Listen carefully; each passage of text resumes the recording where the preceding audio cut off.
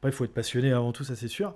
Et donc, un lieu, un minimum de matériel, là où le développement peut être plus simple, parce qu'une cuve avec des spires, et on peut faire ça dans ses toilettes s'il n'y a pas de lumière non Oui, plus, oui. euh, c'est quand même plus Pour simple. mettre en spire, ouais. Ouais, ou alors existe aussi des manchons de chargement, on Ouais. peut mettre ses bras dedans, c'est un sac en gros où la lumière passe pas et on peut mettre les films à l'intérieur pour pouvoir les développer après, ou charger des plans films quand on fait de la chambre aussi. Donc ça, voilà, c'est des choses qui existent. Bah, disons quand faire du développement de films, c'est plus accessible. Ouais, je pense que c'est plus simple et il y en a beaucoup qui viennent prendre des cours ici chez moi, qui après achètent une cuve et font ça chez eux. S'ils ont envie de faire du tirage, il y en a certains qui sont vraiment motivés et qui se font un labo, c'est possible, hein, encore une fois, c'est pas si Ouais. compliqué. Sinon, les gens reviennent ici utiliser l'espace. Ouais.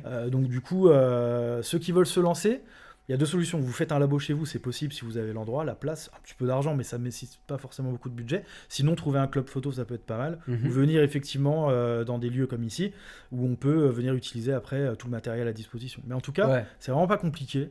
Mais il faut un minimum d'espace et de logistique.